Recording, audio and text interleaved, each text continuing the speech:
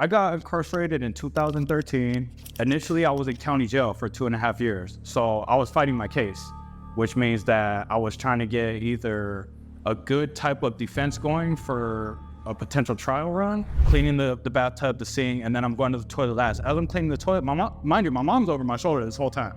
Like, it's about an hour at this point. Yeah, sure. Oh, yeah. In a real house? It's about an hour. Oh, yeah.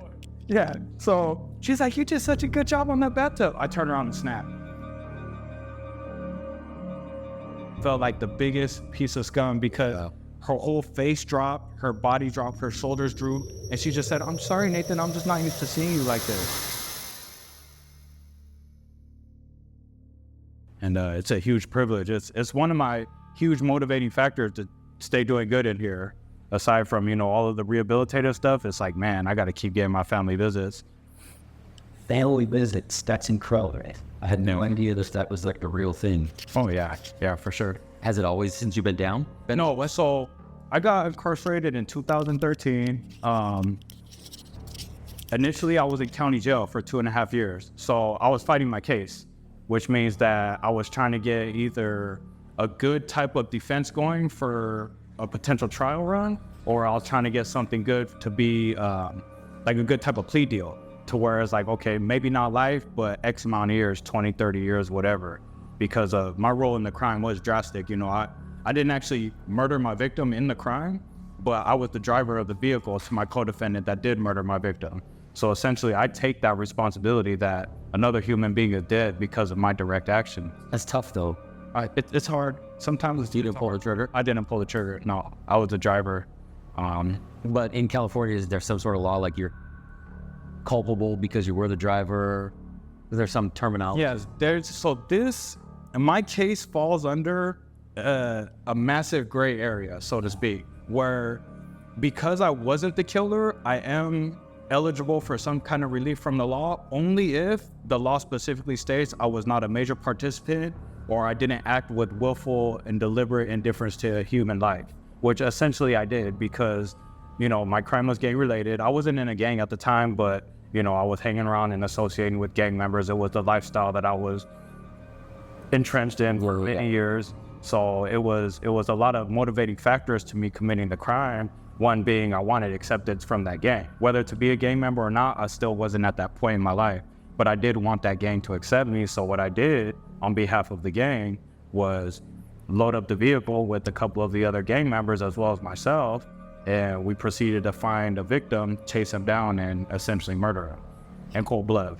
So am I culpable for the death of another human being? Absolutely. Ooh. He is dead because of my direct actions. I got you. So that's something that is to this day, is working on all of my rehabilitative efforts, everything. I find what's called the nexus, the connecting factors between what went wrong in my childhood, my early adolescence, my teenage years, even into early adulthood, up until the time I was incarcerated, for me to rationalize why is it okay to seek acceptance from a group and to rationalize the murder of another human being.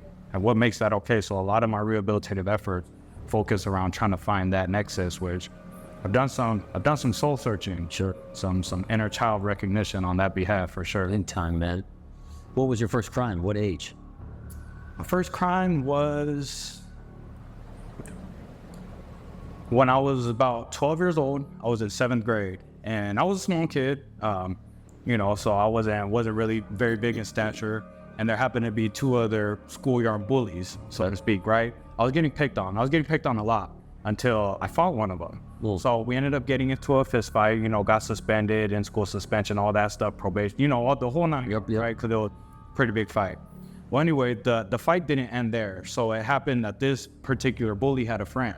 So him and his friend decided to corner me, of all places, in a classroom that we were all in, right? Crazy. Teacher did nothing.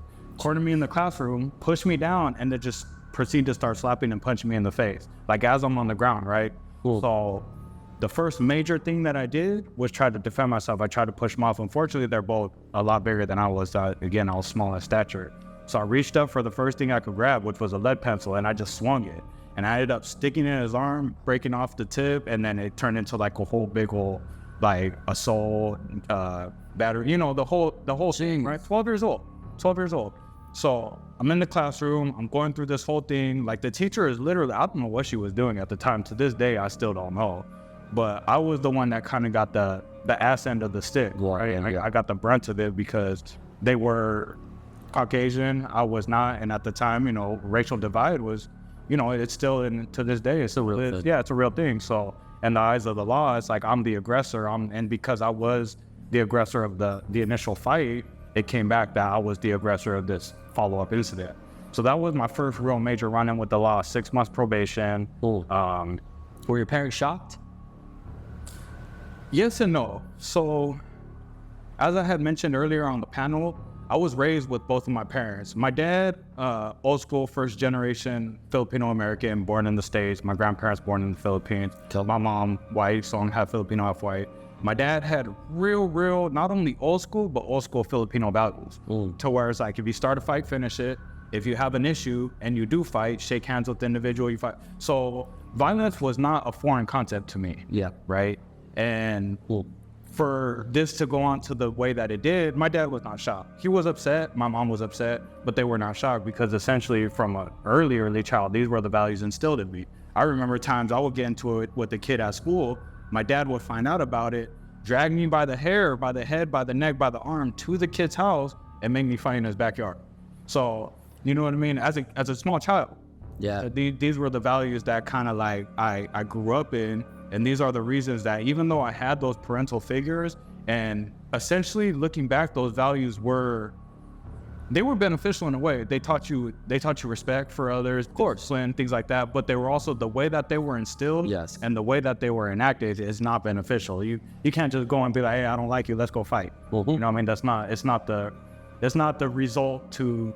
And do you think that was like, because I grew up that same way. I can remember a kid. We lived in a cul-de-sac at one point, and there was a kid down at the end, and you know, he had caused issues with my sisters, and my dad, he was tall, so my dad called this kid a garden hose. My dad was like, you better go whoop that garden hose up. Like, it was just, you're supposed to. You're supposed to, yeah. You know what I mean? And so it's such an interesting, I would drive around with my dad when I was younger and watch him, you know, participate in organized acts of violence, you know, payphone era. Yeah. You know?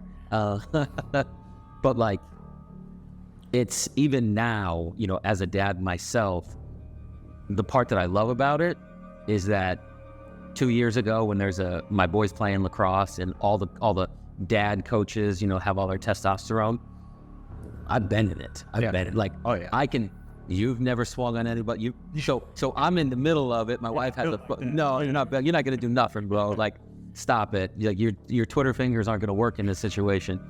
And my wife has a photo of me standing in the middle of the field between both teams. Like, if we're going to get it all, we're going to get it all. Yeah. But I promise you, the two of you are not. Yeah. So cut the noise. But so then it works because I was, you know, 40 years old, able to walk through it, able to be a role model. But at 20 years old, like, I'm just looking for fights and bars, looking for them. It's a different application to the same concept. Right? Yes.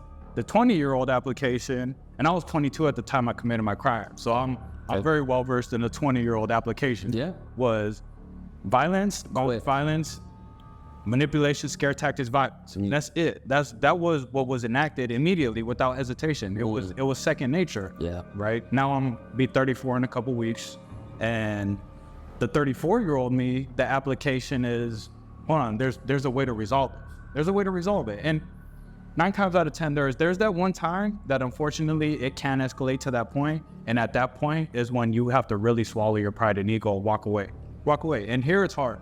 Even with the mindset that we had discussed on the panel earlier, it's hard to really walk away from things because the old mind is still alive and well in prison. Mm-hmm. You're still weak. You're preyed upon. Vulnerable. Yeah, you're vulnerable if you walk away from an altercation. But correct. In the grand scheme of things, the larger scope is that walking away saves me a 5-10 year denial from board for acting impulsively on an action, a thought. You know, in prison, the first thing we learn in all self-help.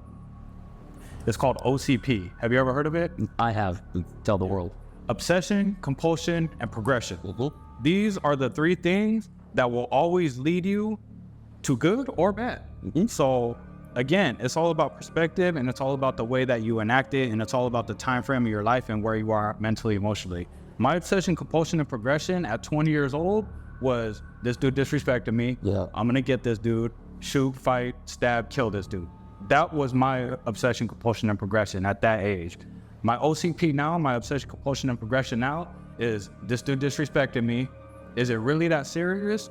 What are my motivating factors for me to do better? For me to not let it get to me to the point where it angers me, it triggers me to the point of violence, or even to the point of confrontation. Yeah. Because when I could look at it and take a step back and view it in a perspective from a third-party lens over my shoulder, so to speak, I can see where I'm already leading to. I could already see what I'm building up to, and it's not beneficial for anybody. So when I could take a step back, evaluate the situation, I could stop and I could go back and actually talk to the dude and be like, hey, I felt disrespected by this.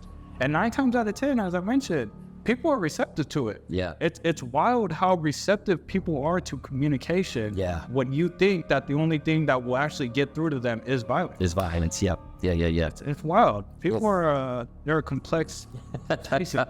Man, that's interesting. So you've been down over a decade. Yeah. Long time. And now you've progressed so far that you get to have family visits. Yes, absolutely. So in 2013 is when I was incarcerated. I fought my case for about 2.5 years in county jail until ultimately I was sentenced 25 to life in prison. Came to prison in January of 2016. As a life sentence inmate, indeterminate sentence, we were not eligible for family visits because some things had happened in the units prior to me coming to prison that disqualified people with life from getting family visits. So when I first came to prison, it wasn't even something that I had Thought about. because I initially asked my counselor, because you're always assigned a CC1 counselor. I said, hey, can I get family visits? She said no. I said, okay, cool. Pushed it all the way out of my mind.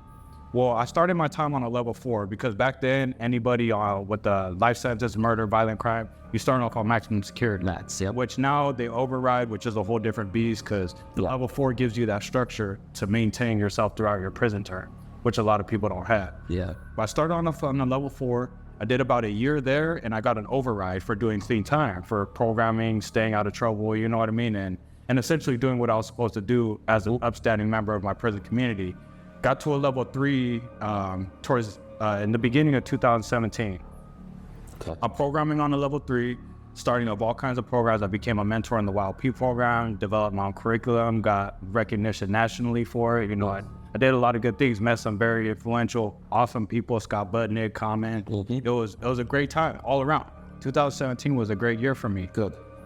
The next year, 2018, my counselor calls me into the office.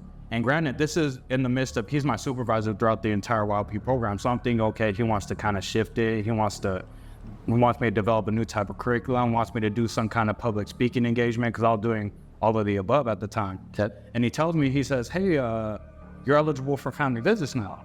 I'm like, just completely blindsided, out of the blue. So the first thing I say, and this is because I had never given it any consideration, oh, well, I'm not married.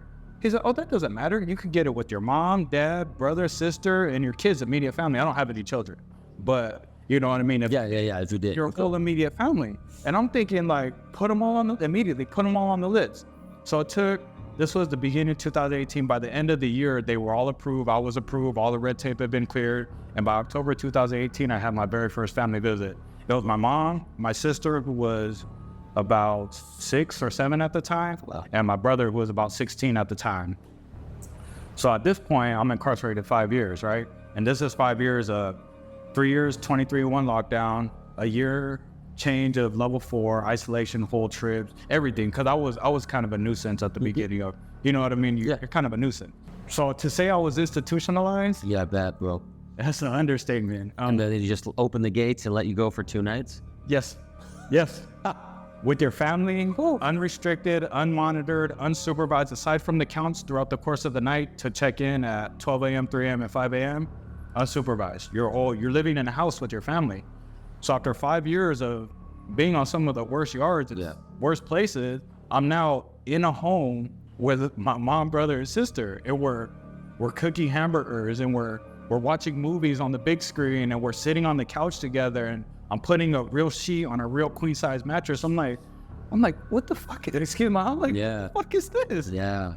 So there was some mannerisms my mom happened to pick up on. So One of them being in prison, the majority of us are obsessively clean. Yep. And when we clean with towels on our hands and knees, scrub down walls, soap everything. So on the streets, you use a broom and a mop and you're done. Yep. In prison, it's a little more thorough. So I'm doing my normal prison cleaning routine. I'm cleaning up the unit and my mom is following me around. She's following me around, she's watching me, and I'm trying to ignore it, right? Because personal space, since I've been incarcerated, has always been like, oh yeah, this is my bubble. Yeah. Like even this, yeah, I feel comfortable as hell with you. But not the norm. Not the norm. Nope. Not the norm. No.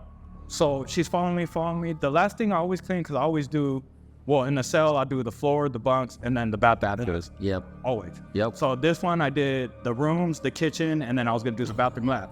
So I did the rooms, the living room, I cleaned the kitchen, I'm going to the bathroom. That's funny. Cleaning the bathtub, the sink, and then I'm going to the toilet last. As I'm cleaning the toilet, mind you, my mom's over my shoulder this whole time. Like, it's about an hour at this point. Yeah, oh, sure. Oh, yeah. In a real house? It's about an hour. Oh, yeah, yeah. Yeah. So she's like, you did such a good job on that bathtub. I turned around and snapped. I said, Mom, you're making me really uncomfortable. Like I feel closed in, because she's standing at the door of the bathroom. It's nothing against my mom. I love my mom to death. Of course. I had the most amazing time with her, that family visit, and everyone after. But that right there, light bulb moment. Especially someone behind you. Someone behind me. Yeah. Closed one way in, one way out. One way out. Yeah. And it's my mom. It's my mother. Right. The woman who gave birth to me. Right. But still, it's that instinct. It's that instinct. Yeah, I feel it. But that was the moment where I realized none of this is normal. None of this prison is normal. None of my mentality is normal. None of my mindset, none of my attitudes, my character. What I've been doing normal for the last 5 years, normal is not normal. It's not normal enough for me to be institutionalized to the point where I see my mom as an enemy. Right. Where it's like, why are you blocking me in this bathroom? Right. When really she immediately, her whole demeanor shifted. And that I felt like the biggest piece of crap on earth. I felt like the biggest piece of scum, because her whole face dropped, her body dropped, her shoulders drooped, and she just said, I'm sorry, Nathan, I'm just not used to seeing you like this. Quiet as a church mouse, like the most subdued tone. Everything just culminated to make me feel like a piece of crap. Yeah, and I believe it. I should have never turned around and told her she's making me uncomfortable. For what?